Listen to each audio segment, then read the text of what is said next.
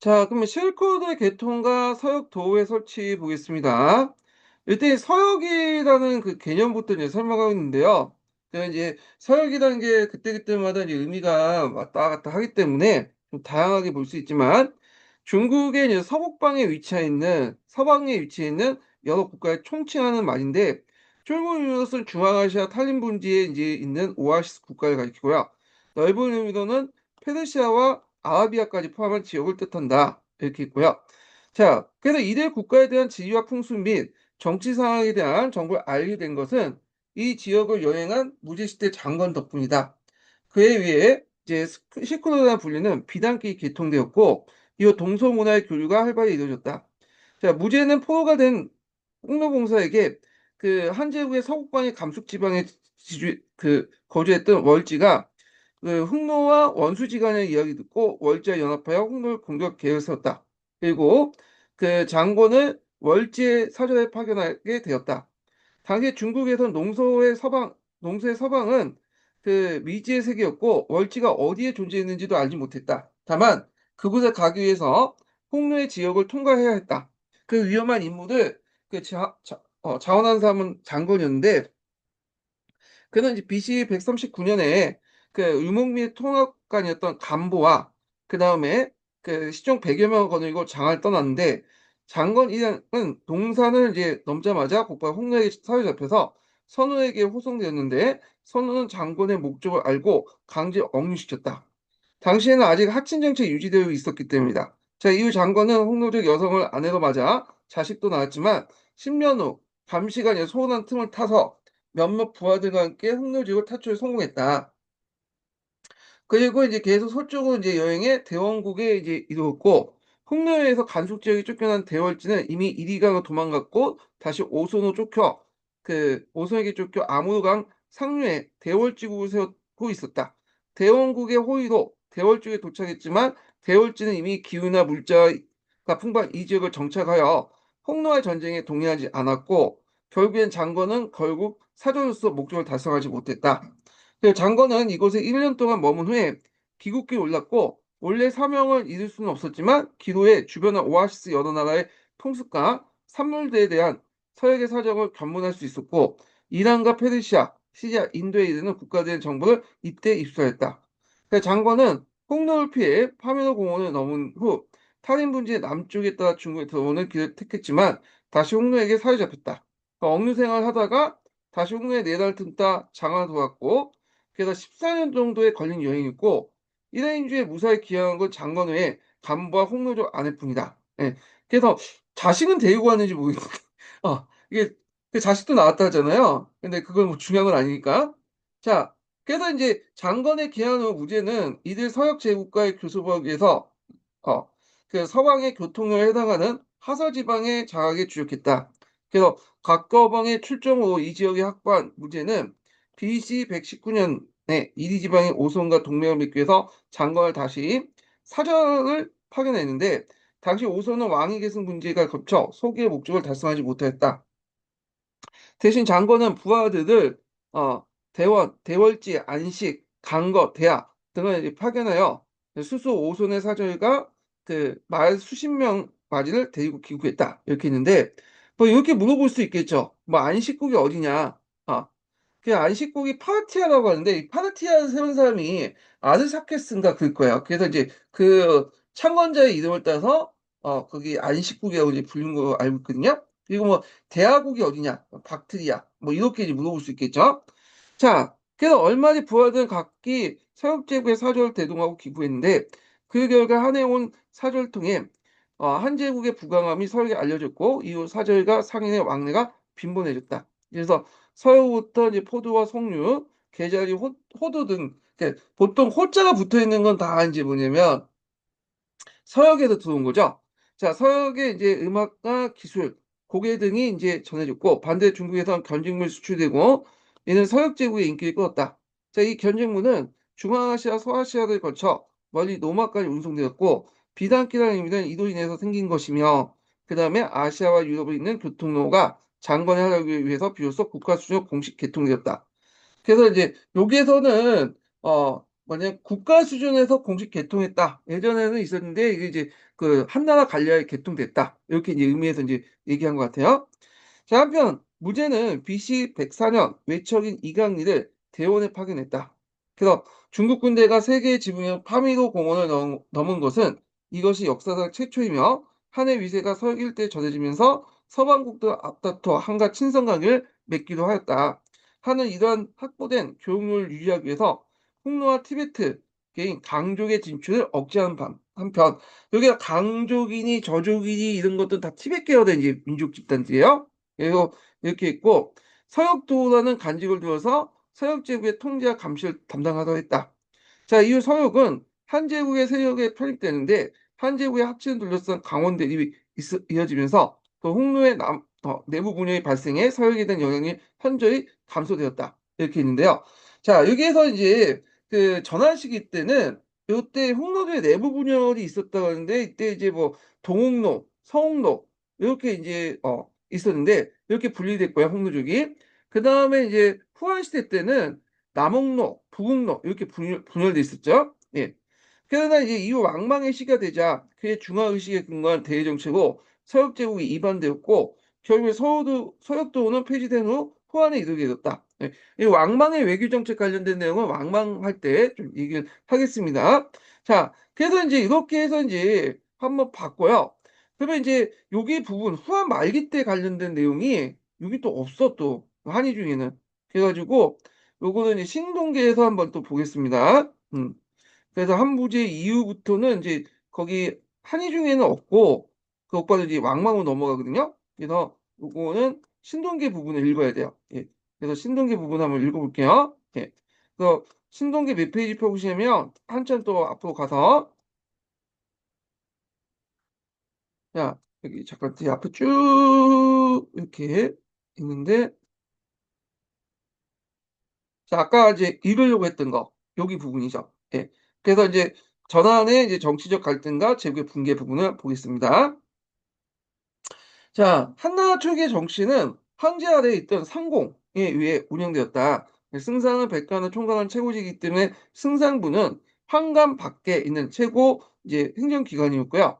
그 다음에 이제 한궁이죠. 이게 한관이라고 읽는 정도인데 제가 읽다 보니까 한관 좀 이상한데 궁자죠. 이게 궁자. 한궁 밖에 있는 최고 행정기관이었다. 그러나 전제군주제인 무제는 국정의 중심을 궁정 밖으로부터 황제에 있는 궁안을 집중시키는데 내정 안에 황제 측근인 조신들 줬죠. 뭐 상서, 중서, 그다음에 좌우에 시중을 두는 시중 및 급사령 같은 긴밀한 정책을 결정했다. 그래서 보통 이제 여기에서 내조라고 하지만 이 내조가 이제 이거는 이제 그 황제의 어떤 사적인 모임이고 이걸 이제 제도화시킨 것이 내중조다 해가지고 한의 중에서는 이제 요걸 구분을 시켜놓고 내족은 중조다다 이렇게 얘기를 하고 있잖아요. 예.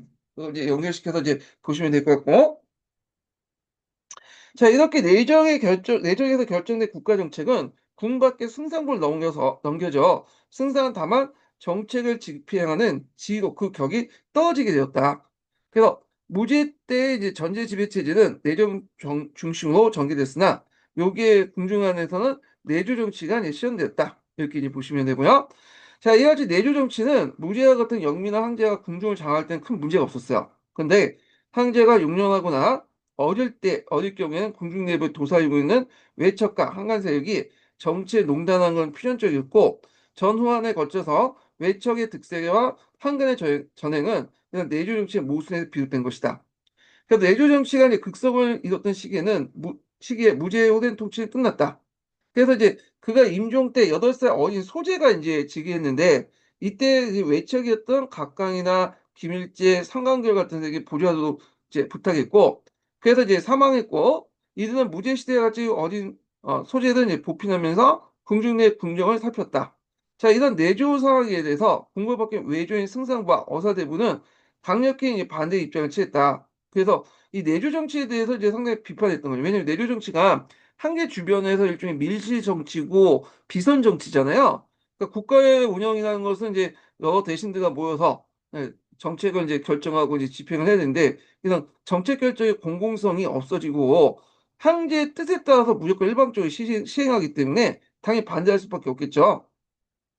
특히 어사대부 상호양은 이 상호양은 예전에 대산홍이었다가 또 이때는 이제 어사대부였어. 그래서 염철 논쟁을 할 때 그 당시 이제 상호양이 그 당시 그 경제 정책을 만들었잖아요. 전매제니 군수법이니 평주법이니 그런 걸 이제 상호양을 만든 이제 그 뭐냐면 그 경제 정책에 대해서 후에 이제 각강이 그 당시 문학이나 혼란 같은 유학자를 시켜서 이제 공격하게 되거든요. 그래서 상호영의 정책에 대해서 비판하는 그 이제 그 비판하게 되는데 이게 이제 우리가 하는 염철 논쟁이야. 예.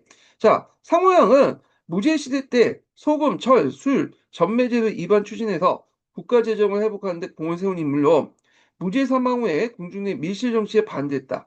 자, 이에 대해 내조의 실력자였던 각각은 그 당시에 이제 상호양을 견제하기 위해서 유학생들, 그러니까 문학이나 현랑세력들이 지원했어요. 얘네들은 이제 그 국가가 뭐 개입을 해가지고 이제 이렇게 그 국민들하고 여민 제리 그래서 서로 이익을 다투고 하는 건 별로 좋은 게 아니니까 이거 폐지해야 된다.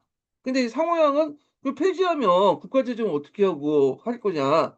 그리고 국가가 개입하지 않고 그냥 내버려두면 사회적 양극화나 여러 가지 문제점이 일어나는데 이거 어떻게 해결할 것이냐. 그렇게 이제 반론을 하면서 염촌 논쟁이 났죠. 그래서 각각은 상호양의 경제 통제 정책을 비판하고 그중에 염철주의 전매제도와 평주 군수법 비판을 가하니 여기에서 내외조 간의 정치적 충돌이 일어나게 되고 이는 이 유명한 염촌 논쟁이 발전되었다. 이렇게 보시면 돼요. 자, 이 염촌 논쟁은 이제 그 현란과 문학의 젊은 학자들이 전매제를 폐지한 것 반해서 정부 측, 그러니까 상호양 같은 경우에는 염철 전매제를 계속 실시할 걸 주장했고요. 그래서 현랑, 문학 등 젊은 학자는 정치적 돌발 중은 내조인데 그래서 이제 여기는 염철은 하나의 이제 논쟁이었고 그 뒤에는 이제 내조와 외조의 어떤 권력 투쟁 이런 것들이 발행됐다고 보고 있어요. 예. 그래서 예전에 이 염철 논쟁 관련돼 가지고 한번 시험 문제 나왔어요. 그래갖고 일단 염철 논쟁에 대해서 이제 좀 자세히 좀 알기 위해서 챗GPT 학습을 좀 해보겠습니다.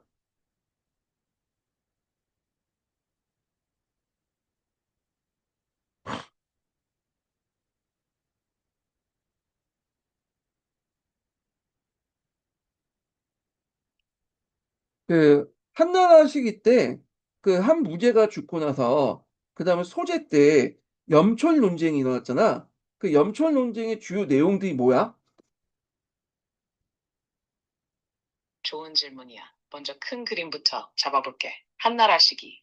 특히 무제가 죽은 뒤 소제가 즉위하면서 경제와 정치가 살짝 숨 돌릴 틈을 가지게 돼. 이 무제 시기엔 대규모 대외 원정, 궁궐과 토목 사업, 그리고 호화스런 궁정 비용 때문에 국가 재정이 많이 고갈됐거든. 이를 메우기 위해 소금과 철 같은 중요한 산업을 국가가 직접 운영했어. 이걸 통해 세금을 거두는 방식이었지. 그런데 무제가 죽은 뒤 조정에서는 이런 국가 주도의 경제적 정책을 계속 유지해야 하냐, 말아야 하냐를 두고 큰 토론회가 열려. 그게 바로 염철 논쟁이야. 이름 그대로 여금과 철을 국가가 계속 독점해야 하냐를 두고 벌어진 논쟁이었어. 조금 더 구체적으로 들어가면 한쪽은 주도라고 불린 유학자들이었고 다른 한쪽은 어사대부, 유시다프 등 관료들, 즉 실무 행정가들이었어. 유학자들은 주로 이렇게 주장했어. 국가가 소금, 철, 주조 동전주 등을 직접 운영하면서 백성들을 괴롭히고 있다. 민간 상공업을 억제하고 시장 자유를 막으면 백성이 가난해지고 도덕도 무너진다. 국가 재정을 위해 백성을 수탈하기보다는 검약하고 예의를 바로 세워야 한다. 쉽게 말하면 국가 독점과 경제 개입을 줄이고 민간에 맡기자는 거지. 반대로 관리들은 이렇게 맞섰어. 대규모 군사비와 국방을 유지하려면 재원이 필요한데 소금과 철 같은 중요한 자원을 민간에 맡기면 사치와 부정부패만 늘어난다. 국방과 국가 사업을 위해선 국가가 직접 독점해서 재정을 안정시켜야 한다. 즉, 국가가 독점해야 필요한 세입이 안정적으로 들어온다는 논리였어. 이 논쟁은 결국 관료파가 이겨서 국가 주도의 전매가 유지됐어. 하지만 이후에도 계속 유학자들은 이런 국가 독점에 비판적이었지. 비유를 들자면 한 무리가 정부가 소금과 철 장사까지 다 하면 백성이 장사할 길이 없고 시장이 메말라서 모두 힘들어진다고 했고 다른 무리는 하지만 국가가 소금과 철을 팔아서 돈을 벌어야 군사도 유지하고 나라가 안 흔들린다고 맞선 셈이야. 혹시 더 깊게 들어가서 이 논쟁에서 등장 자, 잘 들으셨죠? 염초 논쟁 관련된 내용을 이제 좀 봤고요. 자, 소재 시대의 정치는 내조 각강이 주도하게 되었다. 그는 무죄 유언을 정책의 기본 방향으로 삼아서 부세와 요욕을 경감하고 폭로와 하치원 전쟁을 피했다. 그래서 소재는 21살에 죽고 아들이 없자 민간에 성장한 이제 선제가 영입되어 제위에 올랐는데 성제 초기 초에는 각강이 계속하여 정치를 주관하였으나 그가 이제 죽은 후에 선제의 정치 친정이 시작되면서 내주의 중축이었던 각 시세력이 제거하니 궁중 내 권신 정치가 끝났고 궁하는과 국밖에 정치적 갈등이 해소됐는데 요건 잠시고요. 그래서 그 후에 이제 계속 그 내주 정치가 또 지속됐기 때문에 또 이제 새로운 이제 외척들이 등장하게 되죠. 그래서 전환 말기 때 등장한 외척 가문 중에 하나가 왕씨고 그 집안 출신의 왕망이 이제 뭐냐면 정권을 장악하게 되는데 왕망이 정권을 장악할 수 있었던 것은 한무제 때부터 이제 시작한 이 내주 정치의 어떤 그 결과다. 이렇게 이제 보시면 되겠습니다. 자, 그럼 선제에 관련된 정책을 볼게요. 선제는 우선 정치의 중심을 외주로 옮겨서 승상의 국정을 총괄하게 됐다. 자, 이에 무제일에 이제 격화됐던 승상의 지위가 회복됐으나 위상과 병기 등 명상이 나오게 되었다. 그래서 승상 제도는 앞에서 설명을 좀 잠깐 줬다가 또 폐지됐다가 이제 됐다가 뭐 사도가 있다가 다시 이제 여기 또 복귀시키는 그런 정책들을 했다는 거죠. 자, 선제의 정치는 법가풍이면서도 육아와 친근하여 당시에 그 승사, 어사대부 체의, 위원, 소망지 등의 모두 육아 출신이다. 그래서 선제 때 한번 중의 역사를 했고 이때 이제 내주 정치가 외주 정치로 넘어갔다. 그쯤 묻지만 주의할 것은 그렇다고 이때 외주로 다시 정착된 게 아니라 후에 다시 내주로 넘어가요. 선제 죽은 후에. 자, 그 다음에 선제의 아들이 누구였냐면 원제죠. 원제. 그래서 선제 같은 경우에는 나름대로 유교와 법가를 상당히 이제 절저히 하면서 한무제의 어떤 통치 스타일을 이어받은 데 반해서 이 원제 같은 경우에는 유교를 되게 강조했어요. 그래서 선제가 이제 그 원제가 태자 때 이거 너무 유교만 빠지고 그러다 보니까 물어봤어. 그랬더니 이제 요 선제는 뭐냐면 법가하고 유교를 같이 해야 된다고 이런 식으로 이제 얘기를 했는데 너는 어떻게 생각하냐 했더니 원제가 무슨 말이냐 유교 정치를 해야 된다. 그래서 선제가 이 말 듣고 아 정치가 망했구나 우리나라 한나라가 망했구나 그 관련된 내용이 이제 그 사화사에 있는 사유거든요. 그래서 원제 때부터는 유일하게 이제 원제 때 유일하게 유교만 강조됐고 그러면서 이제 이때부터 그 앞에서 홍리보다는 순리가 등장했다는 거잖아요. 그래서 순리는 이제 100% 유교 관료 이렇게 해서 원제 때 가서 이제 국교가 되지 않았느냐 그런 관점도 있어요. 자, 그러므로 이제 선제시대 때 이제 정치는 너급지도 참혹하지도 않았다. 자, 이와 같은 정치 운영은 선제시대에 많은 인재를 배출했고, 소선제 시대 때 38년간 비록 내조와 외조의 갈등과 건신 각강의 전행이 있긴 했으나 정치 방향은 이제 무제시대 확대된 정치를 정리하고 재정을 긴축하면서 민생 안정에 힘을 기울이고 정치 경제적으로 융성했다. 특히 홍로의 내분을 익혀 동서 분열되고 그다음에 이제 앞에 호야나 선호가 있는데 이 호야나 선호가 이제 뭐냐면 그 앞에 언급한 왕소군하고 관련돼 있죠. 예, 이렇게 이제 보시면 되겠습니다. 그래서 이제 요때 이제 전환 때는 이 동옥로, 그다음에 서옥로, 후한 때는 남옥로, 북옥로 이렇게 나눠졌다는 걸 좀 기억을 해두시고 후한 때 남옥로는 이제 그 남쪽으로 내려서 하나 됐고요. 북옥로는 이제 저쪽 서쪽으로 가서 훈족이라는 이름으로 예, 등장하게 되죠. 자, 그다음 외척세의 등장과 정치의 물리학을 볼게요.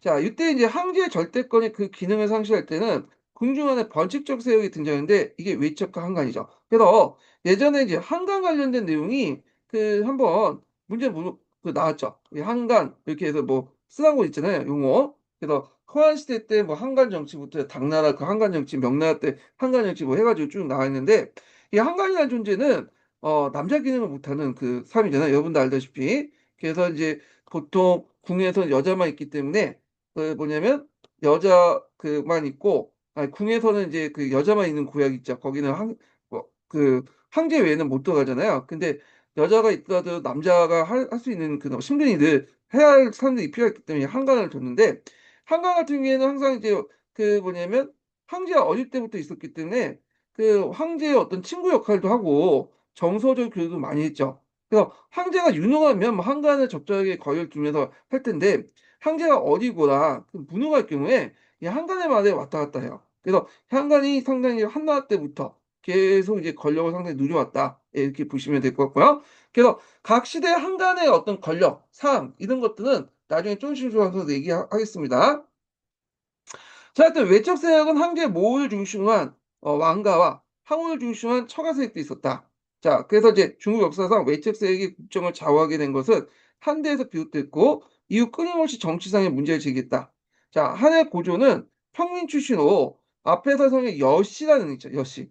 그래서 이 평민 출신 고조가 이제 그 나라를 세울 때 큰 공을 했던 그 집안이 여씨 집안이야. 그래서 여씨가 이제 고조가 죽고 그 다음에 해제 때부터 이제 한동안 정권을 장악했죠. 자, 그리하여 한제국이 성립되면서 여우의 세력이 커지자 고조가 죽은 후 한때 여우의 일족이 유치를 능가할 정도였다. 자, 이후 이제 이 같은 풍조가 계속되면서 외척의 위세는 점차 강화됐고 경제 때 외척이 등장했던 두용, 무제 때 전분과 각각, 그 다음에 소제 때는 상간씨, 선제 때는 각씨, 원제 때 이후에는 왕씨인데 이 말년의 왕씨가 상당히 뭐냐면 득세를 하죠. 내류 정치 했는데 원제 때 다시 내조 정치가 부활이 돼요. 예. 그래서 이제 이 왕씨의 가문 중에 왕망이 권력을 장악했다.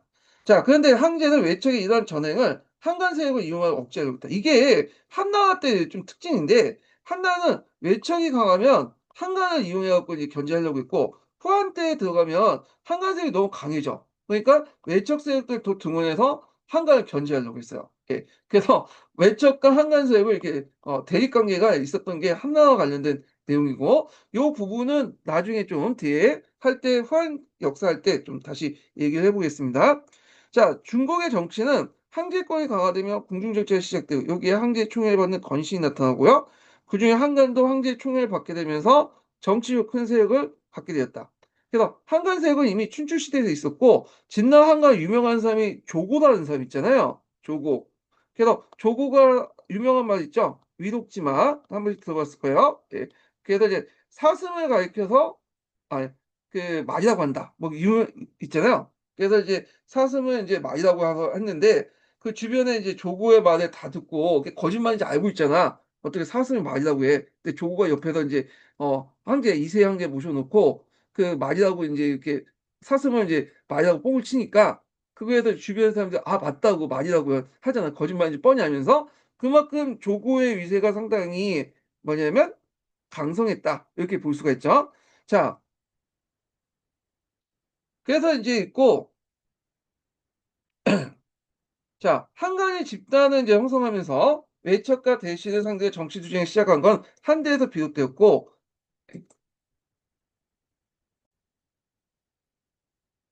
죄송해요. 제가 지금 잠깐 연락이 와서 다시 할게요.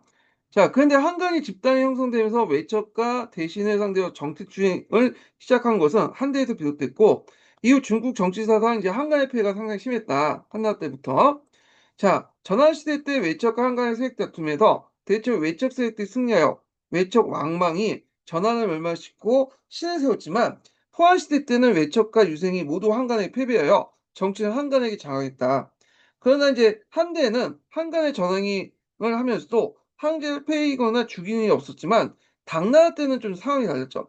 당나라 때는 나중에 얘기했지만 황제가 이제 한간이 실제 군사권을 강화해요. 뭐 신체군이라는 거 있죠. 중앙군도 해서 그래서 자기 마음대로 뭐냐면 황제를 패하고 해요. 그래서 황제를 뭐라고 하냐면 한간에 문생천제라고 하죠. 그래서 그때 있고 명나라 때도 한간의 국정이 되게 심했어요. 그래서 뭐 한나라 때 당나라 때, 그다음 명나라 때 이렇게 이제 했는데 물론 다른 때도 심했지만 그세 개의 나라가 되게 심했고 그 세왕주 중에 제일 이제 큰 한간의 힘을 갖고 있는 게 당나라 때죠. 당나라 때.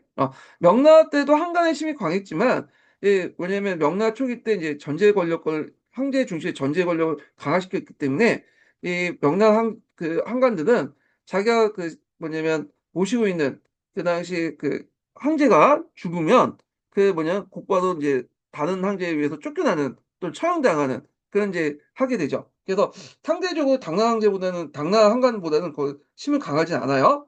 자, 하여튼 그 황제의 궁중 생활에 둘러싼 외척과 한간 집단의 갈등은 한계 체제와 함께 종속되었다.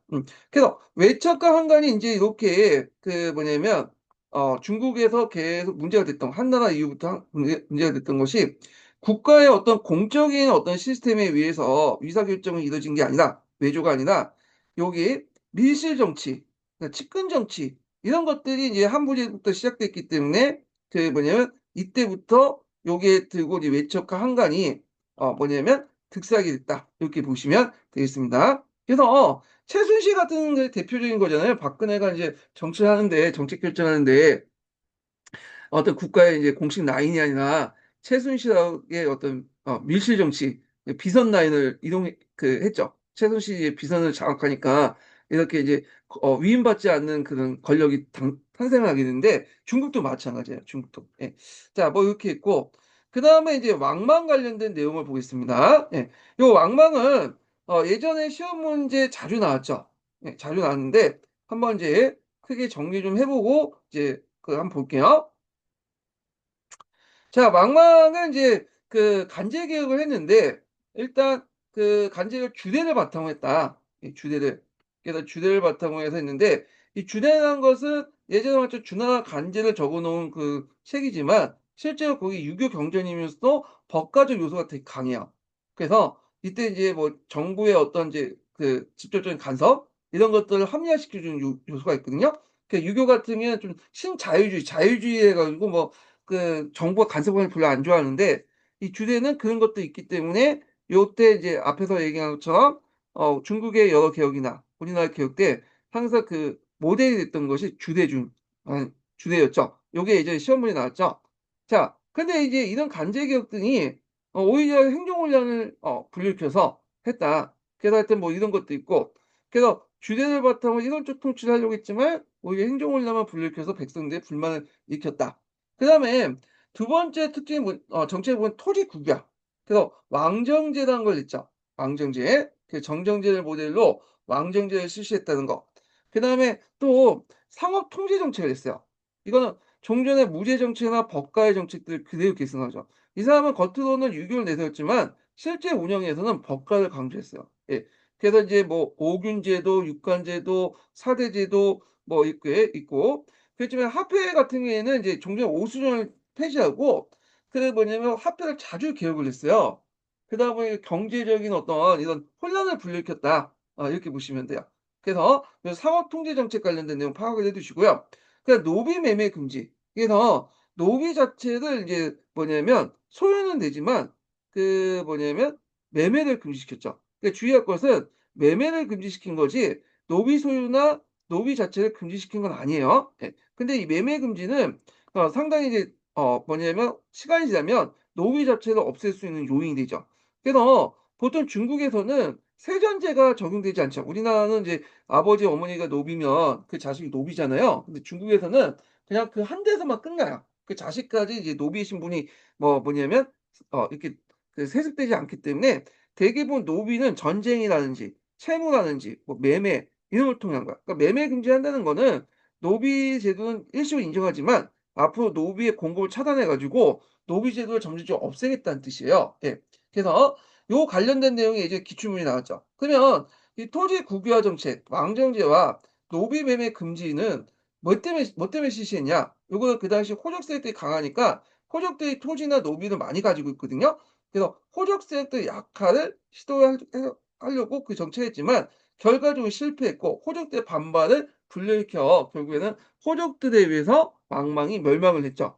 자, 그다음에 외교 정책인데 이 외교 정책은 개판 쳤죠. 이 사람은 이제 첫째 유교적 중화 사상을 강조하면서 그 주변의 인제 민족들의 반발을 불러일으켰어. 대표적인 게 이제 뭐냐면 그 왕들 이제 예전에 책봉을 하잖아요, 조공 책봉할 때. 근데 왕의 이제 책봉을 주는데 왕이 어떻게 오랑캐가 왕이 될 수 있냐 하면서 후로 이제 간등을 시켰죠.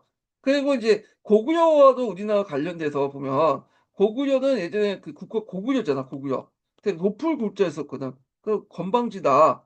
그래서 그 책봉을 다시 줄 때 고구려라는 그걸 아니라 이제 하자 쓴 거야. 하구려 그다음 왕이 아니라 후 이렇게 된 거야. 하구조 후라고 이제 칭을 하게 된 거죠. 자, 이렇게 이제 주변 민족들의 반발 때문에 많은 침해를 받게 되고, 그다음에 그 한무제 이후에 이제 개척된 그 서역 지역을 통째로 인제 상실하게 되죠. 예.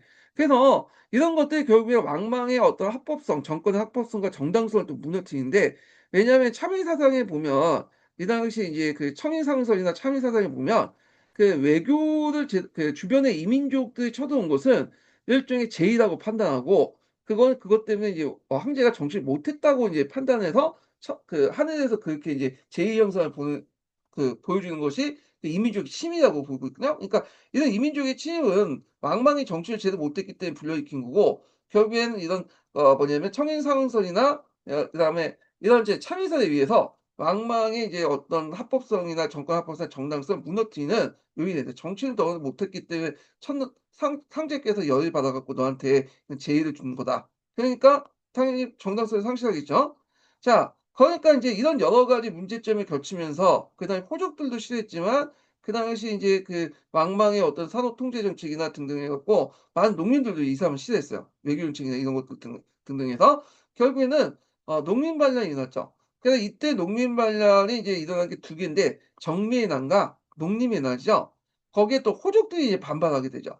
그래서 이렇게 하면서 결국에는 이제 뭐냐면 유수가 집권하게 되죠, 후한에. 이 유수는 이제 강무제의 유수는 후한의 왕족이라고 하는데, 뭐 아주 먼 방족 먼 반계 혈통이었고, 하여튼 이 유수와 그를 따랐던 집단들이 인제 뭐냐면 호족 집단이에요. 호족들이죠. 그러다 보니까 '호족에 의해서 나라가 만들어졌다.' 이렇게 보시면 되겠습니다. 후한은 이제 '호족 연합 정권인 어떤 성격을 띠고 있다.' 이렇게 보시면 되겠습니다. 자, 그러면 왕망의 이제 개혁을 이제 볼게요. 먼저 인제 동계부터 읽고 그다음에 한유중을 한번 읽어 보겠습니다. 자, 왕망 정권의 역사적 성격을 보겠습니다. 전하는 왕망에 의해서 천달되었고, 그 당시 이제 왕망의 신정권은 불과 15년 만에 멸망했다. 그래서 후한으로 결승되는데, 전 후한 400년간의 역사에서 본다면 왕망 정권 15년 동안 아주 짧은 기간 동안 불과했으나, 왕망의 신정권이 갖는 역사적 의미가 매우 컸다. 우선 왕망 정권은 중국 역사상 유일하게 외척 세력에 의해서 무적이 아닌 선양으로 왕조를 계승했다. 자, 이 선양이라는 것은 예전에 인제 사망 오제 시기 때, 특히 오제 때 황제, 전옥, 제곡, 제후, 제순 시대 있었잖아요. 그때 이제 왕위를 계승할 때 이게 자기가 똘똘한 밑에 있는 사람들 똘똘한 애들 뽑아서 선양을 해서 왕위를 넘겼잖아요. 이게 선양제도야. 그래서 이 선양제도는 그 외에 인제 신라 왕망 때 이제 했고, 위신남북조 때, 그다음 뭐냐면 왕조 교체 때 인제 자주 이용했는데, 선양을 왜 하냐. 이 선양을 하면 반대파들의 이제 결집을 막을 수 있죠. 아무리 이제 권력이 있더라도 반대파들 똘똘 뭉쳐 가지고 이제 뭐냐면 공격해 오면 당해낼 수 없잖아. 근데 무력으로 이제 왕위를 폐위시키고, 이게 명분이 돼 가지고 어떻게 신하가 왕을 폐위시키냐, 황제를. 결국에는 반대파의 결집을 불러일으켜서 집단 따구리 당할 수 있느냐. 그러니까 따구리 당할 수 있으니까 그걸 이제 뭐냐면 분산시키기 위해서 이렇게 서양을 하면, 물론 거기에 대해서 반발하는 사람도 있겠죠. 그렇지만 그 성향까지 했으니까 뭐 어쩔 수 없다 하면서 포기할 수 있잖아요. 그러니까 반발을 이제 뭐냐면 좀 분산시킬 수 있고, 리스크를 인제 분산시킬 수 있기 때문에 선양이라는 걸 상당히 자주 이용했다. 그래서 그걸 최초로 이제 성향은행 방식을 통해서 왕위를 세습했던 사람이 누구냐면 요 왕망이다. 요거 좀 기억을 해 두시고, 요 관련된 내용이 예전에 09년 왕망 관련된 내용 객관식 기출문제 한번 나왔어요. 자, 이학계의 왕망의 개혁은 중국 역사상 아주 드물 정도로 혁명적이었다. 왕망이 이야기했던 개혁은 그 강적인 인간성에 기인한 바가 있다. 이 왕망은 되게 성격 장애가 있고 좀 사이코패스예요. 그래 갖고 인제 자기 아들이 이제 뭐냐면 좀 잘못됐다고 해서 죽여 버리고 그래요. 예. 그래서 이제 좀 약간 성격이 있는데 그래 갖고 인제 이건 좀 성격 장애가 좀 있어요. 그래서 겉으로는 상당히 예의 범절 있고, 그다음에 상당히 유교적인 어떤 그 모습을 보고 있지만, 앞에서 얘기했처럼 좀 잘못했다고 막 죽이고, 내가 그 아들을 죽일 만큼 나는 깨끗하다, 그걸 보여주기 위해서 한 거죠. 예. 독한 사람이에요. 자, 하여튼 성격과 행동은 예제 시대의 전후에서 그 이전과 이후에 너무나 대조적이다. 그 이전에는 왕망은 유교적 교양을 갖춘 인격적 일종의 신망을 입고 신망을 받았으며, 입간 후에 근엄하고 겸손하면서 명사를 존중하여 군자로서 관료들 사이에 현자로서 평판이 높았다. 매척 당시의 종친 간에서도 그의 주공에 비유할 만큼 그를 주공에 비유할 만큼 성령으로 평가했다. 자, 그는 생각이 깊고 언사가 인사가 공정했으며 재물에 대한 청렴하고 한 왕실을 안전시킨다는 뜻에서 안한국이라는 이제 칭호를 받았는데 예제를 공부 보통 예제라는 거는 이제 요 예자가 들어가는 황제들은 어떤 왕들이냐면 그냥 비참하게 끝나는 왕들 있죠. 그래서 이제 그 정치적 변란으로 비참하게 죽거나 아니면 마지막 그 황제가 꼭 예가 들어가 슬픈 예자가. 예. 하여튼 그 예제 시대의 고비도 그의 이중성은 점차 포면에 노출되어 괴팍함이 나타나겠다. 먼저 그는 공평무사를 내세워 그를 친자를 가혹하게 처벌한 천령하겠다. 그래서 조금 잘못했다고 해서 자기의 어떤 평판을 관리하기 위해서 이제 아들을 죽였죠. 그게 좀 약간 그래. 아무리 이제 이런 사람들은 독한 사람이에요.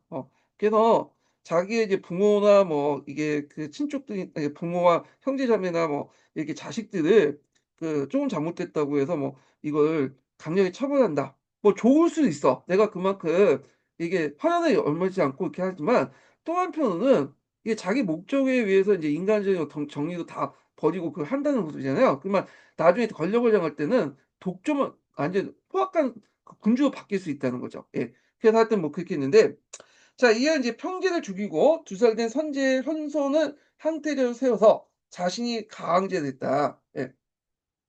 그래서 인제 가항제라는 것은 이제 뭐냐면 인제 그 임시항제 이런 의미죠.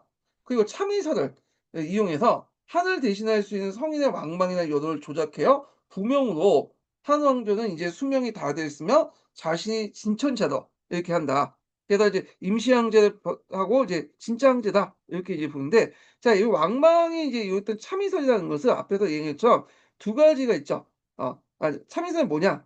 도참사설과 그다음에 위가 결합된 건데 도참은 이제 예언이고 위라는 것은 이제 유교 경전을 그 상황 그 유교 경전을 그 음양오행설로 재해석한 걸 위설이라고 그거잖아요. 그러니까 위서라고 하죠. 위설을 통해서 유교 경전을 이제 그 삼화 유교 경전을 음양오행설로 인제 뭐냐면 아이고 이거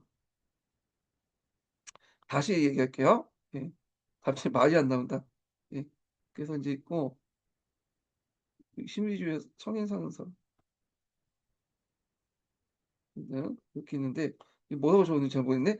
하여튼 참의설이라는 것은 이제 다시 이렇게 참과 위로 나눌 수 있는데 참은 도참, 예언설이요. 위라는 것은 위서, 위경이라고 하는데 그래서 그 당시 이제 여기 적어 놔야 돼. 음양오행이죠. 음양오행을 바탕으로 해서 유교 경전을 재해석하는 거잖아요. 자 그래서 그 당시에 유교 경전을 재해석해 가지고 앞날 예언하는 이 참의설을 이용했다. 그래서 앞으로 이제 왕만이 왕이 될 것이라는 어떤 건데 이걸 이제 조작하게 부명을 내렸다고 하죠. 그래서 부명 관련된 내용인데 그 밑에 있어요. 그래서 왕망을 스스로 순의 자손이라 하여 순의 자손인 한의 성향을 받을 자격이 있다고 한다. 뿐만 아니라 안한공 왕망의 관이 한계가 되라라는 하나부터 내려온 가짜 부명을 돌 새겨서 요걸 이제 우물 속에 넣은 후에 그 당시 건져 오르게 했는데 다 조작질이죠. 예.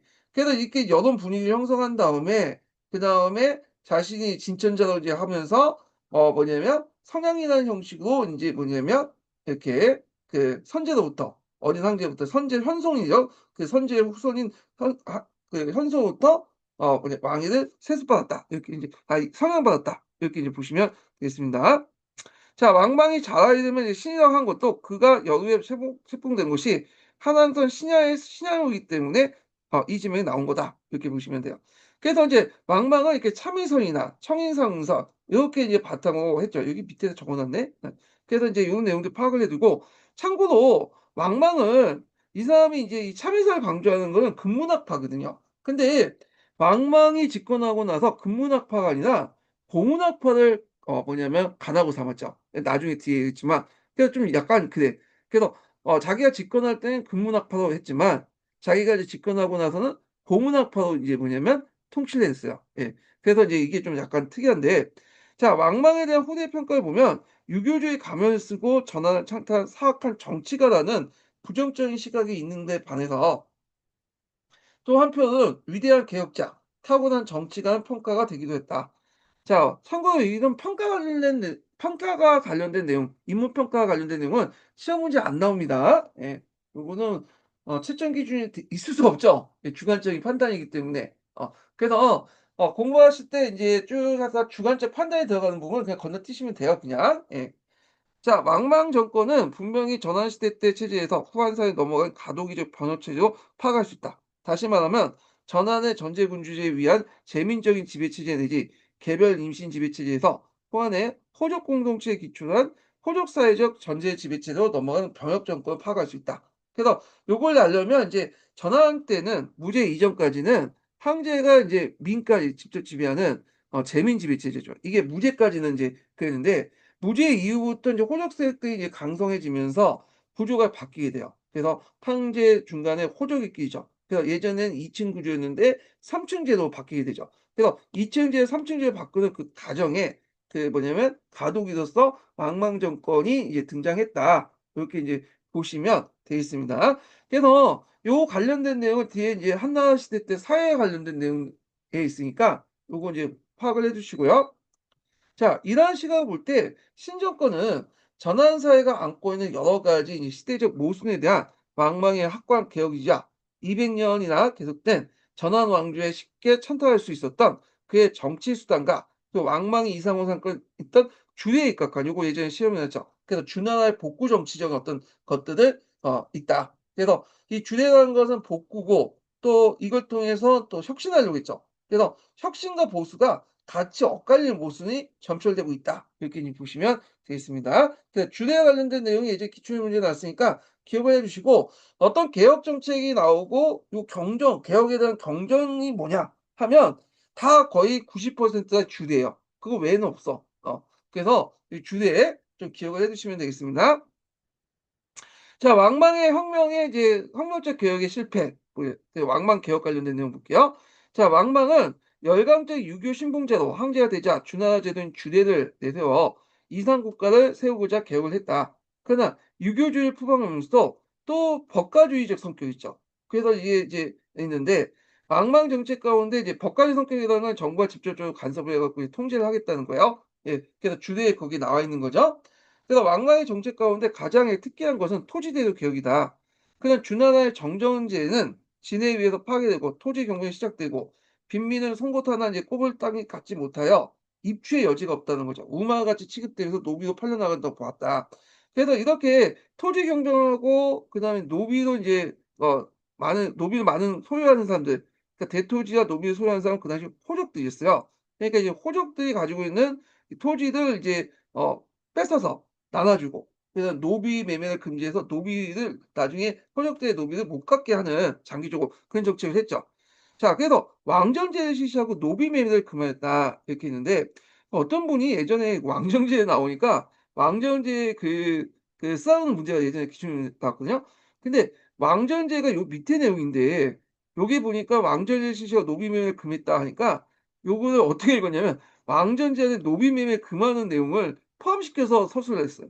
그래서 이게 맞다고 주장을 하더라고요. 왕전제 토지제도인데 왕전제의 의미를 노비매매 금지한 것 써 놓고는 요것도 맞다고 주장을 해.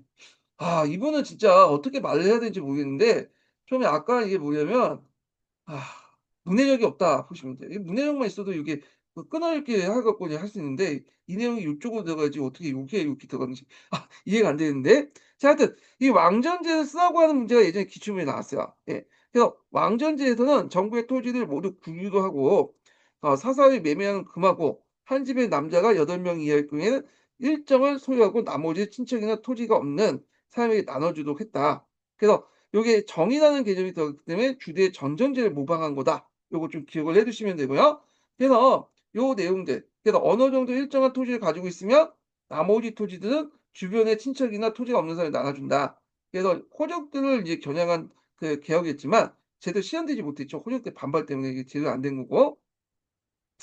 자, 이러한 왕망의 토지 개혁 정책은 이미 대토지 사유제와 노비 소유주가 이제 소유제가 일반화되고 있던 당시의 시대 상황을 전면으로 역행한 것이다. 그럼에도 왕망은 토지와 노비의 매매를 금지하여 토지 경쟁과 노비의 노예를 억제하려고 했다. 농민의 노예를 억제하려고 했고, 자, 왕망의 이 정책은 지주 관료들의 당연히 반대를 받았죠. 3년 만에 중단. 왜냐, 지주와 관료들이 호족 출신들이 많죠. 예. 그래서 인제 있고 그다음에 또 왕망의 상업의 국가 통치를 볼게요. 되게 인제 앞에서 말한 인제 그 지난 상황의 어떤 정책이나 그다음에 또 그 무지의 통제 정책을 그대로 받아줬다고 보면 중농 억상 정책. 그 국가가 직접 통제해 가지고 뭔가 국가 경제를 이끄는 그런 것들, 국가가 나가서 직접 통제하는 그런 통제 경제 정책을 했다. 그래서 한무제 정책을 그대로 계승했다고 보시면 돼요. 근데 한무제 정책은 나름대로 시대에 맞게 이제 한 발 반해서 왕망의 정책은 시대에 좀 어긋나죠. 이미 이제 호족들이 장악하고 있었는데 이걸 이제 무시해 버리고 이제 이런 정책들을 하다 보니까 반발을 불러일으킬 수밖에 없겠죠. 자, 그래서 오균과 육간 제도가 있는데 오균은 장안과 낙양, 한단, 임치, 완, 성도 등 그 당시 주요 도시에 오균 사시사를 이제 두고 상원고의 관리, 세금 징수, 물가 통제를 이제 하기 위한 거다. 그래서 이렇게 이제 있고 육가는 이제 정부의 이제 뭐냐면 정부에서 소금, 철, 술, 화폐 주조 등 산업을 이제 독점 경영하고 한편으로 이듬난 상태계에서 생산성을 징수한 거다. 그러니까 어느 날 전매제 이렇게 보시면 돼요. 그래서 그 앞에 인제 뭐냐면 오균 제도 같은 경우에 약간 비슷한 게 물가 조절 관련된 거니까 군수법, 그다음에 평균법, 군수법 정도 되겠네요. 이렇게 이런 것도 있고 육관 같은 경우에는 인제 뭐냐면 약간 인제 한무제와 연결된 전무제 이런 것도 있죠. 자, 그래서 오군과 인제 육관은 집행하는 관리는 대상인 중에 임명했는데 요것도 인제 약간 비슷하죠. 그 당시 한무제도 상호양이나 공군 같은 그 대상인 출신 자들 임명했잖아. 똑같은 이제 정책을 세운 거야. 그냥 벤치마킹을 했다고 보시면 돼요. 자, 그들은 이득만 취하고 이 제도를 정시에 살리지 못한 데 개혁은 실패하고 말았다. 예. 그래서 있는데 아마 이제 대상인들인데 상호양 같은 경우에는 나름대로 진심이었죠, 국가를 위한. 근데 얘네들은 그런 마인드는 없고 개인의 이득만 챙기는 데 관심이 있었나 봐요, 대상인 그 관료들이. 자, 이 밖에도 화폐 개혁을 실시했는데 그 전후 8차례 거쳐서 뭐냐면 3차례 단행했고 화폐율이 떨어져서 실패했다. 그래서 이때 인제 뭐 여러 가지 화폐를 만들었는데 이게 이제 뭐 대진이라든지 대전이라든지 개전이라든지 그다음에 인제 요런 화폐들인데 너무 화폐가 자주 바뀌고 화폐율도 떨어지다 보니까 이게 이제 오히려 혼란만 불러일으켰던 거야 경제적으로. 그리고 이제 그 외에도 인제 사대 제도도 하는 게 있어요. 사대 제도. 정부가 백성들에게 전의로 이렇게 이제 그 돈을 빌려주는 그런 제도가 있었다. 이렇게 이제 보시면 되고요. 이 사대 제도는 예전에 그 기출 예문에 한번 나왔어요. 언급됐기 때문에 물어볼 수가 있죠. 사대 제도. 자, 이 밖에 유교 경전에 따라 유교 경전 주례죠. 대표적인 간제 개편, 그다음에 간명, 지명 등 혼란의 명칭을 변경해서 서양주의 어떤 참신성을 높이고 또 그렇지만 이제 또 했지만 결국에 행정에 혼란을 가중시켰고 그다음에 이제 또 외교 정책도 엉망으로 했죠. 그래서 왕망은 국내 정치의 실패로 밖을 돌리기 위해서 유교적 중화사상을 내세우고 지금까지 한 해 이제 그 복속하여 왕의 지위를 부여하고 있는 여러 이민족의 군장을 모두 왕에서 후로 격화시켰다. 그 대표적인 게 고구려죠. 하자로 쓰고 건방지다는 걸 고자는 부저 후 이런 식으로 인제 한 거야. 그러니까 인제 당연히 반발할 수밖에 없겠죠. 그래서 이런 것들이 이제 외부 민족의 어떤 친일을 불러일으키고 이런 것들 제의서에 따라서 이제 뭐냐면 망망의 정치를 제대로 못하니까 하늘에서 인제 경고를 주는 거죠, 제의로. 그래서 이민족의 침입도 이제 제의 중에 하나죠. 자, 그래서 인제 주변의 여러 민족은 불만을 품고 중국부터 이탈했다. 특히 선제일에 이제 우호 관계 유지했던 홍노를 격분시켜 양국 관계가 이제 다시 악화됐고요. 왕망은 인제 국내 네 실체를 만회하고 대외적 위신을 회복하기 위해서 30만 대군을 동원해서 홍노 원정을 당했으나 성공하지 못했다. 그래서 왕망의 이제 개혁은 정치, 경제, 사회, 문화 등 각 방면에 걸쳐 혁명적이었다. 그러나 시대 변화에 대해서 역행하죠.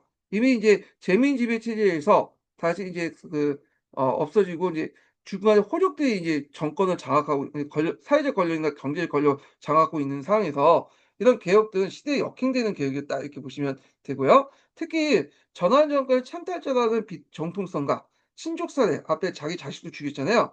그 비도덕성으로 인해서 개혁은 인민의 지지를 얻지 못했다. 그래서 혁신 정책을 안고 있는 위협 부담은 망망 정권의 예의도 아니었고 신은 당면 끝냈고 포항에서 왕조로 넘길 수밖에 없었다. 이렇게 보시면 되겠습니다.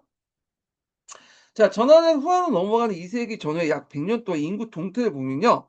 이 시대가 얼마나 격심한 변화를 겪고 있다는 걸 알 수 있는데, 전환 말 평제 원시 2년에 전국의 인구가 5,959만, 그러니까 6천만 정도 됐다고. 어마어마하죠, 지금. 그 당시에는 농업 생산량도 높지 않았던 시기에 6천만이다.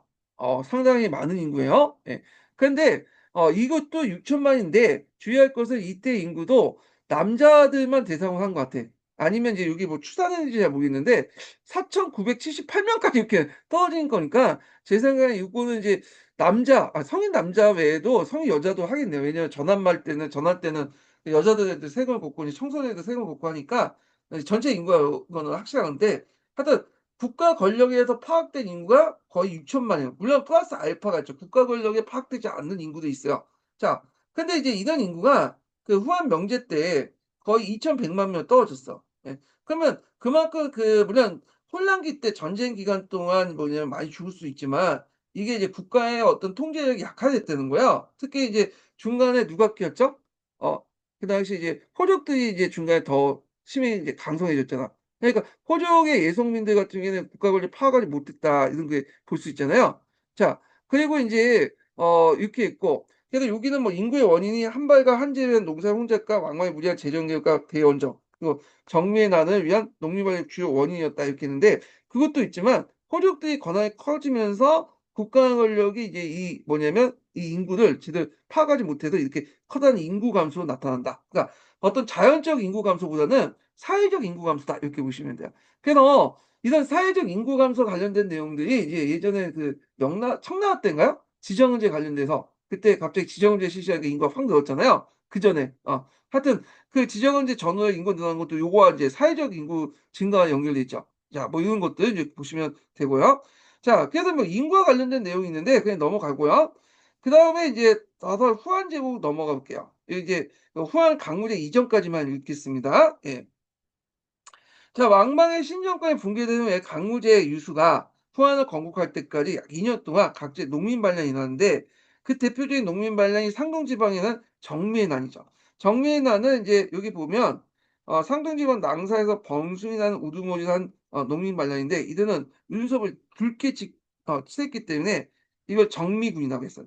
그래서 적색은 뭘 뜻하냐? 전한 왕조를 상징함으로써 정미의 목표는 왕망을 타도하고 그냥 한을 부흥시켜 반항, 부항적인 성격을 띠고 있다. 그래서 보통 음양오행서에 들어가면 각 왕조마다 이제 하수, 목, 금토 해 가지고 뭐 이렇게 오행의 어떤 덕이 있거든요. 근데 이제 그 한나라 같은 경우에 전한 왕조는 이제 그 뭐냐면 그 적색, 어 이게 적색이 뭐죠? 예. 나도 갑자기 근데 그 적색이 그 당시 이제 한나라 왕조의 전한 왕조의 상징이었단 말이에요. 그래서 정미의 난 때 적색을 이제 이렇게 그 눈에 발려 가지고 이게 했다는데, 이게 음양 오행사하고 연결돼 있는데 적색 관련된 가만히 보니까 이게 뭔지는 잘 모르겠어요 저도. 그러니까 물어볼게요.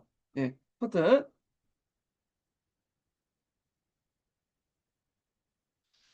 여기에 관련된 내용을 한번 읽어 보겠습니다. 이게 음양 오행서의 왕조 교체하고 연결돼 있는 건데, 예. 이렇게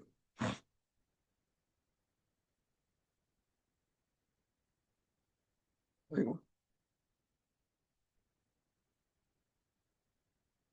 자, 챗GPT한테 물어보겠습니다.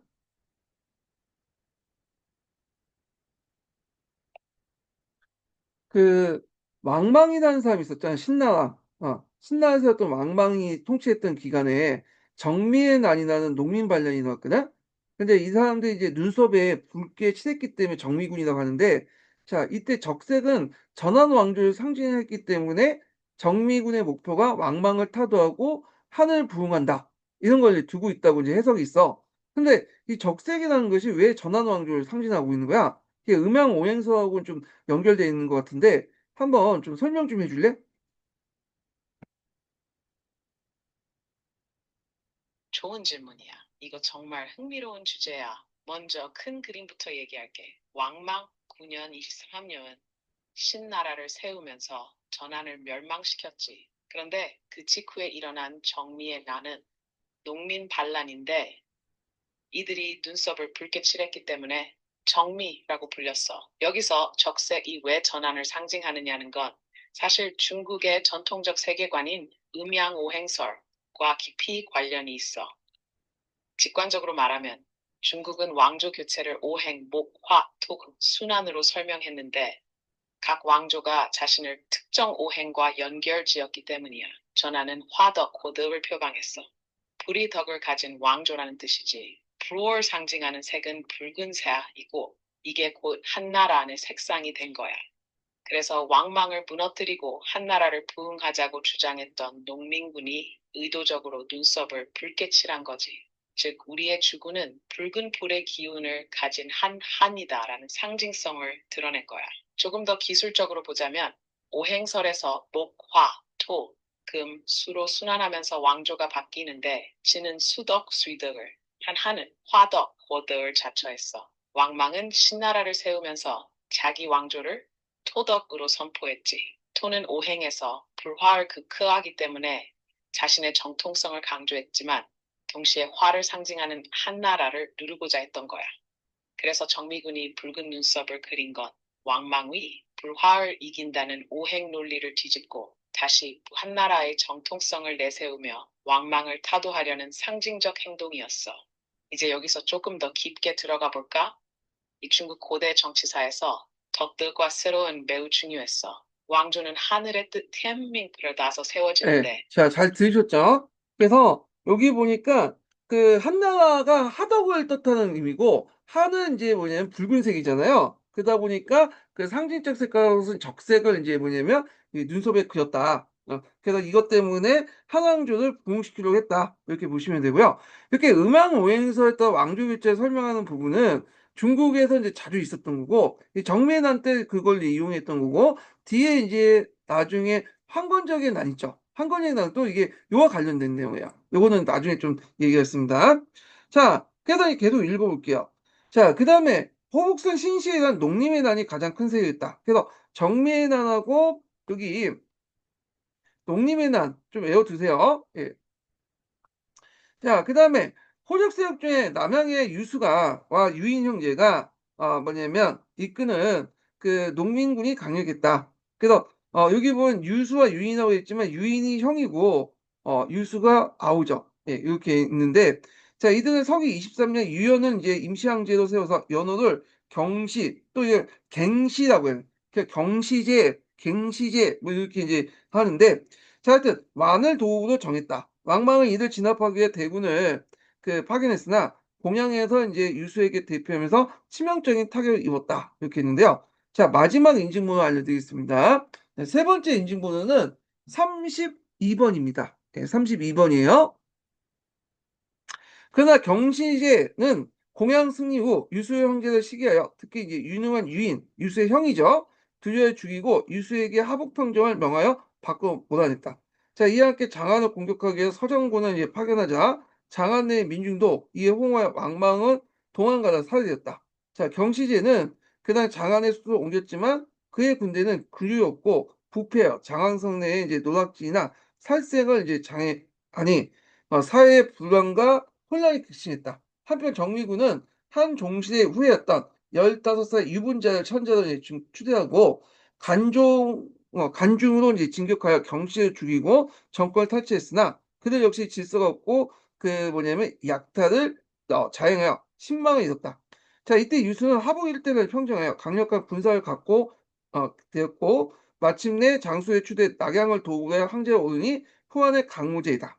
그래서 이때 보면 호안의 강무제가 있는데 이제 이거는 이제 나중에 우리나라 역사하고 또 연결돼 있어요. 강무 정권 아시죠? 대한제국 때. 근데 강무라는 연호를 썼는데 왜 강무라는 연호를 쓰냐? 호안의 강무제처럼 이렇게 망했던 왕조가 다시 이제 부흥시켰잖아. 그래서 조선의 왕조가 지금 무너지고 있지만 다시 대한제국 때 다시 부흥시키기 위해서 그 당시 강무라는 연호를 사용했죠. 그래서 이게 일종의 부흥의 의미로서 이제 우리나라에서는 이제 인식을 하게 되는데 중흥의 어떤 의미도 자, 하여튼 강무제는 우선 동방을 철수한 정미군을 서량에서 항복시키고 그다음에 10차에 걸쳐서 이제 각 지방의 세력을 진압하여 천하평정을 완수했다. 그래서 강무제의 후한 정권이 성공할 수 있던 여러 가지 원인이 되었다. 이렇게 있죠. 그래서 여기까지 읽고 그다음에 한의중 읽고 그다음에 또 차례 이제 또 읽겠습니다. 자, 그럼 한의중 관련된 내용 볼게요. 여기 보면 이제 한의종은 여기까지 읽었는데 요 뒤에 보면 유교 정치 관련된 내용들이 쭉 있어요. 요거는 나중에 제가 이제 한 분할 때 이제 읽어보기도 하고 여기에는 왕망의 정권 관련된 부분만 이제 볼게요. 자, 한제국은 독립된 자유농가, 자치적 성격의 상리사회를 기반한 국가였다. 그래서 그 항천 자치를 바탕으로 해서 전환 초기 때 형성됐죠. 근데 이제 전환 중기 이후부터는 이제 이런 것들이 무너지기 시작해요. 예. 그래서 이제 그때 호족들이 등장을 하게 되면서 이들의 대토지 소유는 이런 그 항촌사의 어떤 사회 정치적 위기를 초래하게 됐다. 그래서 생산량 향상과 함께 화폐 경제가 발전되자 농민들 사이에 계층 분화가 일어났고 대토지 소유는 이제 사회적 정치적 위기에 초래하게 되었다. 자, 이에 대한 억제는 정권 체제가 가져졌다. 그래서 전환 말기 때 예제 때 대사마였던 그 사단이라는 사람이 있어. 사단. 사마는 이제 군사 역할을 했던 그 간직을 얘기하는데 하여튼 이 사람이 그 한전법을 제안했어요. 한전법. 내용은 제후왕의 여두는 동국 내 토지를 소유를 인정하며 관리나 일반 서민의 불문하고 토지 소유 명령을 30경을 제한하며 그다음에 노비도 제후왕의 200명, 여두는 100명, 관리나 일반 서민은 30명을 제한. 그러니까 쉽게 말하면 그 당시 토지 소유나 뭐 노비 소유 같은 것들 각 신분에 맞게 제한을 했다. 그 대토지 소유 같은 거를 막으려 했다. 이렇게 이제 보시면 되겠습니다. 그래서 이제 이걸 한전법이라고 하는데 요걸 통해서 대토지 소유를 막으려 했지만 그냥 계획만 했을 뿐이에요. 실제는 실시 안 했다고 이제 보는 게 일반적인 관점이야. 그러면 한전법은 예제 때만 이제 뭐냐면 했냐? 아니죠. 이 동계에 보면 거기 그 누구야? 동준서가 이 한전법 실시를 건의했어요. 이게 이제 실시를 안 한 것 같은데 둘 다. 그래서 한전법 관련된 내용이 예전에 기출문에 나왔어요. 요 부분이. 예. 그래가지고 요 있는데 요거와 관련된 내용 한번 챗GPT 학습을 통해서 좀 보겠습니다. 이거 한번 시험 문제 나올 것 같아.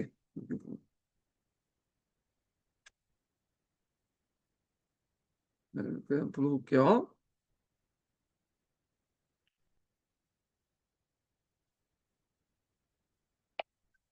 그 한나라 때 전환시대 때 한전법을 실시했잖아. 토지제도서 한전법을 실시했는데 이 한전법이 동준서가 제시한 한전법도 있고 그 다음에 그 예제 때 대사마였던 사단이라는 사람이 제시한 한전법도 있거든. 동준서의 그 한전법과 사단이 제시한 한전법에 그 관련된 내용을 좀 얘기해 줄래?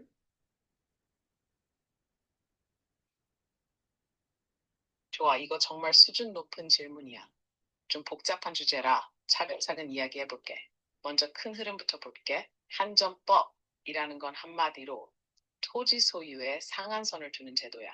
너무 많은 토지가 일부 지주에게 집중되는 걸 막으려는 목적이지. 이 사상은 전환기의 사회 혼란과 대토지 집중 문제를 해결하려는 유교적 이상 정치와도 연결돼. 이걸 구체적으로 살펴보면 먼저 동중서 동수 기원전 2세기부터 얘기하자.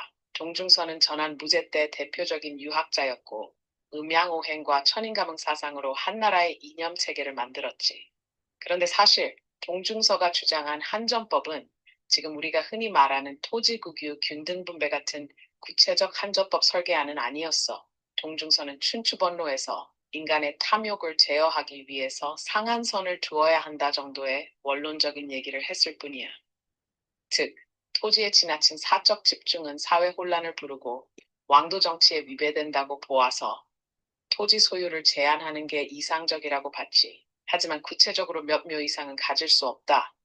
이런 건 없었어. 그에 비해 사단은 좀 달라. 사실 사단이란 이름 때문에 혼란이 조금 있는데 이 사단은 사마천의 아버지, 즉 사기승 집안이야. 이 사단이 직접 한전법을 체계적으로 주장했다기보다는 사기에 나타나는 여러 법과 유가 사상에서 토지 제한의 구체안을 언급할 때 사단의 사상에 기반했다는 해석이 있어.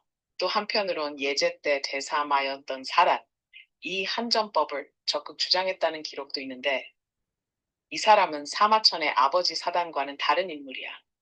예제 때 사단은 동중서 사상에서 더 나아가 구체적으로 일정 면적 이상의 토지를 갖지 못하게 하고 초과분은 국가에 귀속시키거나 농민에게 분배하자고 제안했어. 즉 동중서가 철학적 도덕적으로 토지는 제한해야 해 라고 원칙만 얘기했다면 사단은 그러니까 한 사람당 몇 묘 이상은 못 가져. 초과분은 환수 하는 구체적 정책안을 주장한 거지. 이걸 다시 정리해보자면 동중서는 한전 사상을 천인가무, 하늘의 뜻에 맞는 정치의 차원에서 강조했고 사단, 예제 때의 대사마은 이를 현실적 정책으로 구체화하려 했다고 보면 돼.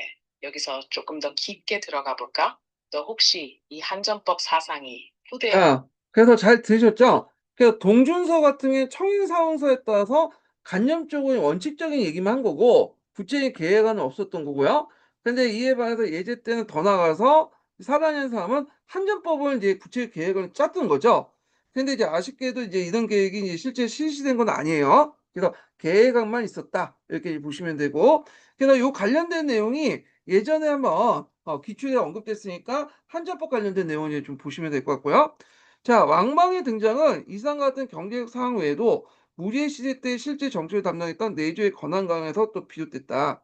그래서 이제 무제가 병사한 이후에 외청인 각강은 대사마 대장군이라는 장군 칭호와 행정관으로서 상설 겸한 영상성사의 자격도 이제 뭐냐면 획득했고, 그다음에 상선은 원래 소부의 속관으로서 황제 비서관의 직책이었는데 구체적으로 상주문을 황제에게 전달하고 조소를 이제 하다는 지책이었지만 상주문을 또 치사 선택하고 올리고 조소 내용을 미리 알 수 있는 지이기 때문에 국가 기밀에 관여한 점이 관여해 점차 외조의 수장인 승상을 능가하는 권한을 갖게 되었다. 내조는 오늘날 대통령 비서실이고 영상서사단 비서실장과 동시에 국권을 총괄하는 참모총장이다. 그러니까 상서라는 비서기관이 있고 이 상서 외에도 또 뭐냐면 국권까지 같이 이제 하면 영삼성사가 이제 된다. 이게 겸직하는 것 같아요. 삼서 외에도 플러스 알파를 겸직하면 영상성사 이렇게 이제 그 하는 간직이 있는 것 같은데, 자, 한무제 이래 이제 이후 승상을 정정하는 외조가 타주하고 각강을 중심으로 한 집단의 내조가 성장했다.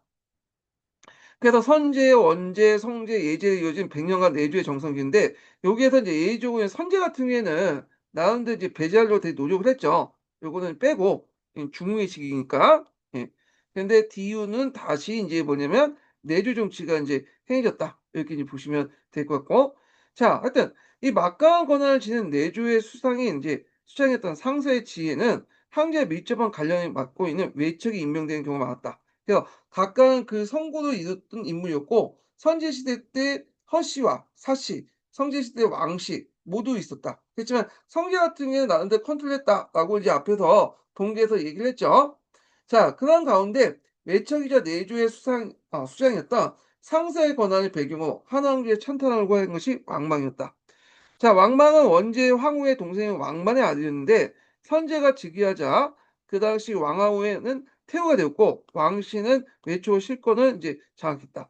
왕망은 왕씨 일족이면서 일찍이 아버지 여였기 때문에 불우한 환경을 잡고 왕망에 관련된 내용이 쭉 있는데 넘어가고요. 결국에는 이제 왕망 같은 경우에는 이렇게 참의서를 이용해서 여론을 조작한 후에 결국 한해 천하를 착탈해 신을 건국했다. 이런 내용이고요. 그래서 이 당시 이제 무제인의 외척에 대한 정치적 정행이 가장 첨예한 것은 이렇게 참의선언의 신비주의 유학을 배경으로 새로운 정권을 창출한 것이었다. 이렇게 보시면 되겠습니다. 그래서 요때 신비주의의 유학이라는 게 제가 얘기는 하고 있었지만 이게 뭔지는 설명을 안 하고 주고 있어요. 그래서 요걸 좀 얘기하고 이게 개념 자체를 좀 파악하고 좀 넘어갈게요. 참의선을 중심한 신비주의 유학 이렇게 있는데 이 신비주의 유학이 그냥 참의선인지 거기다 뭐 어떤 의미가 있는지 좀 정확히 개념 파악을 좀 하고 넘어가겠습니다. 예.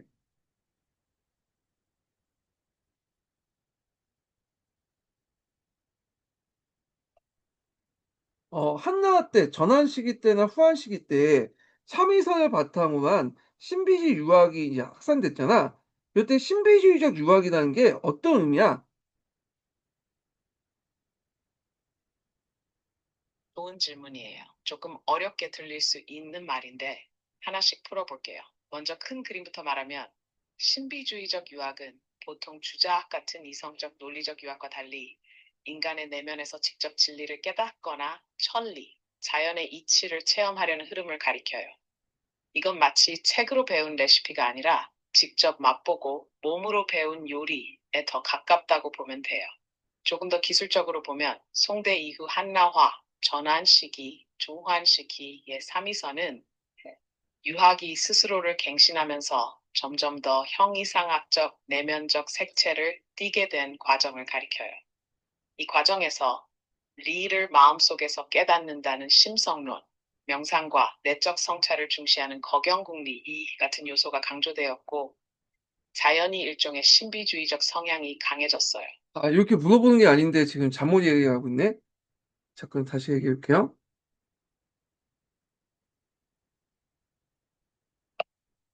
그 한나라 시대 때, 한나라 알지? 그 중국의 한나라 시대 때 참의선을 바탕으로 해서 신비주의 유학이 등장했다고 하거든? 이때 한나라 때 신비주의 유학에 대해서 좀 얘기해줘. 그러니까 뒤에 뭐 송나라나 이렇게 말고 한나라 시대 때 신비주의 유학 있잖아. 그 신비주의 유학에 국한돼서 좀 얘기해줘.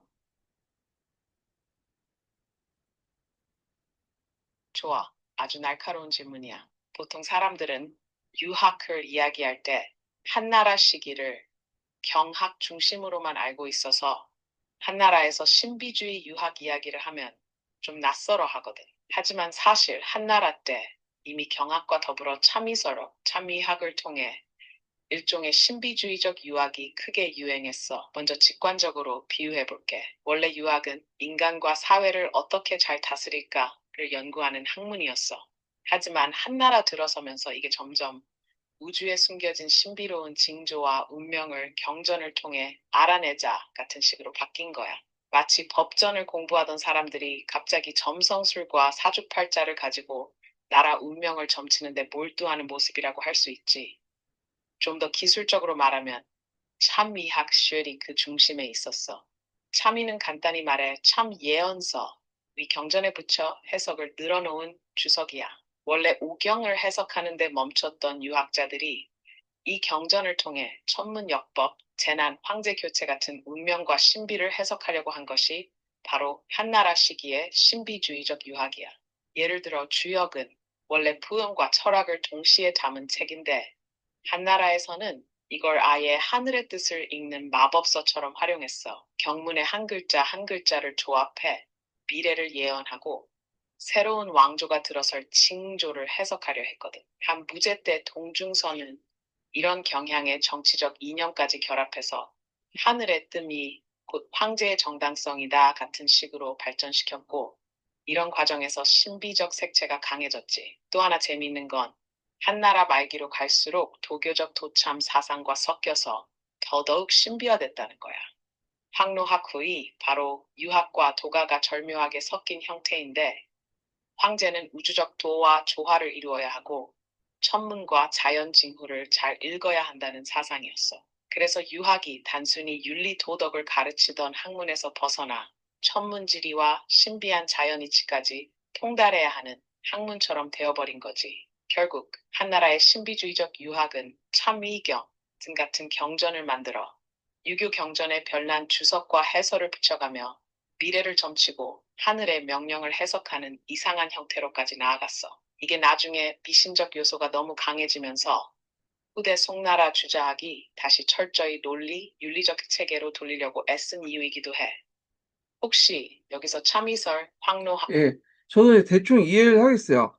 그래서 보통 이제 그 신비주의 유학을 내세웠던 게 금문경인데, 금문경은 이제 춘추 공양학을 강조하는 학파들이고, 얘네들이 강조한 게 민원데이, 그러니까 미원데이, 그러니까 공자의 수호인 뜻이죠. 그래서 원래 있는 글보다 그 한간에 있는 것을 이렇게 강조했거든요. 근데 이게 상당히 주관적이잖아요. 이게 그러니까 이런 주관적인 해석을 어디에 빌려오냐면 참의에다 빌린 거야. 그래서 여기 밑에 보시면 알겠지만 참이라는 것은 이제 뭐냐면 그 앞에서 얘기한 좀 예언서인 도창과 경서를 음양오행서를 번역 위서를 합친 게 참이라고 하거든요. 그래서 공자가 그렇게 뭐 얘기를 했다면 공자의 뜻은 이렇고 이런 것들이 하늘의 이치나 앞으로 예언을 이제 앞날을 예언한다. 이런 식으로 원래 유교적이고 사상적인 것을 뭐냐 재해석해 가지고 뭔가 뭐 예언서나 노스트라다무스 예언서나 이렇게 이제 뭐 정감론 같은 그걸 최고로 이제 해석해서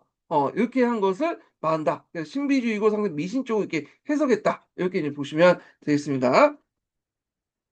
자, 그래서 참이란 엄밀히 말해 미래에 대한 기록과 예언서를 의미한 도창과 경서를 보하는 위서, 그러니까 상황 위서라는 것은 아까 전에 것처럼 그 당시 이제 음양 오행서를 가지고 이제 유교 경전을 이제 재해석해서 어떤 앞날을 예측하거나 이렇게 하는 거죠. 그래서 모두 신비적 예언이라는 점이 같다. 참에서는 공양학을 이제 뭐냐면 하고 미연대의 숨어있는 뜻을 밝히는 거고, 이때 위서를 통해서 숨어있는 뜻을 해석하는데 이게 마치 공자가 예언가처럼 무당처럼 얘기를 하는 거. 앞날에 뭐가 일어났고 뭐가 일어났고 그런 식으로 이제 하고 뭐 황제의 어떤 권력을 정당화시켜주는 그런 것들 했다. 그래서 참여에서는 공양을 중시한 한 유학에서 파생된 것이라 생각되며 전한말과 후한초에 거쳐서 정권 골치의 이론적인 근거가 됐다. 왕망의 어떤 정권 골치의 이론적 기반이 됐죠. 그래서 유교의 연려한 신봉자 왕망은 그 당시 황제의 자리를 오히려 주공이 지었다는 주례를 이제 모범을 삼아서 유교적 이상 국가를 건립했다. 근데 이게 주의할 것은 이제 이 사람은 금문경보다는 고문경을 더 강조했어요. 이건 뒤에 얘기했지만 하여튼 근데 고문경은 글자 그대로 있는 사람이거든요. 그러니까 이제 금문경처럼 미연대의 해갖고 뭐 도참을 끌어가지고 해석하고 예언하고 그런 사람들이 아니야. 그래서 약간 이제 이렇게 뭐 맞지가 않아요. 이런 걸 즉위할 때는 금문경이지만 통치하고 이제 개혁할 때는 이런 이제 고문경을 강조했다. 그래서 이제 주례를 강조했는데 참고로 고문경에서 강조한 그 경전은 주례예요. 예.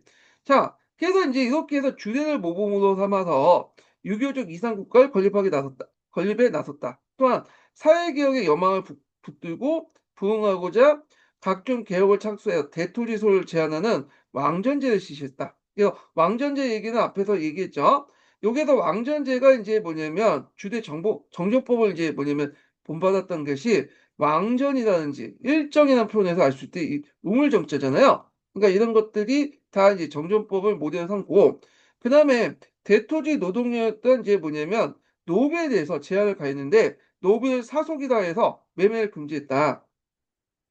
그러나 토지의 사회화가 진행되고 있는 시대적 추세를 역행하는 거기 때문에 호적과 관료들의 어떤 반대에 부닥쳤고 3년 만에 폐지됐고요. 노비에 대한 매매 금지 역시 마찬가지다. 그래서 왕망의 개혁은 전국시대 이후 이상화된 유교의 제도를 그대로 적용한 탁구적인 어떤 성격이 있다. 그래서 예전의 것을 바탕으로 해갖고 이제 하는 거죠. 주대를 바탕으로 탁구라는 건 예전의 바탕으로 해서 하는 거군요. 그래서 주대라는 걸 바탕으로 재해석해가지고 그걸 이제 적용하려는 어떤 그러니까 복고적 성격을 띠고 있다. 이렇게 이제 보시면 되겠죠. 그래서 하여튼 그런 탁구적 성격이기 때문에 효과를 거두지 못했다. 옛것을 바탕으로 이걸 바탕으로 문제를 해결하려고 했죠. 어떤 개혁을 하려고. 근데 시대에 맞지 않는 개혁이기 때문에 효과를 거두지 못했고, 오히려 이제 시대 역행적인 어떤 내용 때문에 정치와 사회, 경제에 많은 혼란을 초래했다. 따라서 서주를 이상화한 시행한 대표적인 간제 개혁이나 강령이나 지명의 명칭 변경은 행정의 비율 이어졌고, 무죄 이후에 포준화표를 사용했던 오수정 폐지는 경제면에서 여러 혼란을 가중시켰고, 그 다음에 주요 사업을 국가 독점화하는 정책은 지방 혼역대의 불만을 쌓았다. 자, 그 다음에 또 한편 유학의 중화의식 그대로 대의관계에 적용하면서 이민족 경시하는 정책을 시행했는데, 이민족의 군장을 모두 왕에서 후로 이제 격화시키는 정책이 그거였고, 그래서 결국에는 한무제 이래로 이제 코 안정됐던 주변 제국의 이반을 초래했다. 그래서 선제 이후에 중국과 안정적인 관계를 유지하고 있던 홍로는 이들 기회로 다시 한제국을 침략했고, 북변에 이제 긴장 상태가 계속 왕망 정권의 몰락을 초래했다. 그래서 왕망은 대규모 군대를 파견해서 홍로를 대응했지만 패배에 대내적인 기반까지 약화되었다. 자, 왕망 정권의 결정의 몰락을 가져온 게 농민군하고 정미군이죠. 그래서 이 농민군과 정리에 관련된 설명이 그 밑에 있는데 한번 보겠습니다. 자, 일단 농민군은 왕망 정권 말기에 왕관과 왕봉 등이 호북성에 있던 농민산을 근거지에서 이겼던 농민공기군이고, 그래서 유는 이제 한국에 옹립하고 왕망군을 물질렸지만 이후 정민군에 공격받고 몰락했고요. 그다음 정미라는 것은 이제 왕망 정권을 타도 여모라는 여성을 중심으로 이런 반란군과 번숭을 중심으로 해서 반란군이 힘을 합쳤고, 오행 중에 하덕 붉은색이잖아요. 그래서 이걸 정미라 했다. 여기 나오네요. 예. 그래서 농민군이든 정민군이든 한왕조를 부흥하자는 건 공통된 목표였다. 이렇게 보시면 되겠습니다. 자, 그래서 기아의 군주인 농민들이 들고 일어나자 각지의 호족과 지주들 역시 자기들 위해 무장하게 되었는데 그중에 이제 농민군과 협력해 왕만 정권을 타도하기 위해서 복리한 세력도 있었는데 특히 세력이 강했던 남양고족으로서 한왕시와 관련된 유인간 유수 형제였다. 자, 이들은 농민군과 연합해 일종의 유연을 이제 경시제도 추단해 그 당시 23년 10월에 신왕조를 멸망시켰고 경시제는 수도를 장안으로 옮겼지만 무질서한 정치가 이어져 인심을 잃었고 그러자 이제 정미가 유분자를 옹립해 경시를 죽이고 정권을 탈취했지만 유분자 정권 역시 약탈과 무질서한 식망을 잃었다. 자, 이런 상황에서 보고 유수는 하북에서 개봉해 그 낙양의 수도를 삼아 한제국을 부흥시켰고요. 유수가 건국한 이제 한왕조는 왕망이 천탈 이전에 한왕조와 구분해 후한왕조로 하고 그 유수를 강무제로 본다. 그래서 수도가 낙양에 있기 때문에 서한, 전하는 서한이 나오고 유수가 세운 후한은 동한이라고 하죠. 수가 뭐냐면 예, 잠깐 말려있어요. 전하는 장하는 상대적으로 낙양보다 서쪽에 있는 서한이 나오고 그다음에 그 장안보다 동쪽에 있는 낙양 그 후한은 또 동안이라고 하죠. 예. 그래서 이제 이렇게 구분한다. 이렇게 보시면 되겠습니다. 자, 그래서 요 밑에 강무제 정책 관련된 내용이 있거든요. 예, 그래서 이거는 강무제 정책 부분은 다음 내일 한번 또 읽어보겠습니다. 예, 그래서 강무제 정권 관련된 내용이 예전에 한번 시험에 나왔죠. 그래갖고 예전에 그 뭐냐면 한간부 설치 관련된 내용이 기출문에 나왔어요. 그래서 강무제 정책들도 좀 유심하게 그 꼼꼼하게 보실 필요는 있어요. 예. 그래서 이제 이렇게 있고. 자, 오늘 끝까지 강의 들으냐 수고하셨고요. 예. 내일 뵙겠습니다.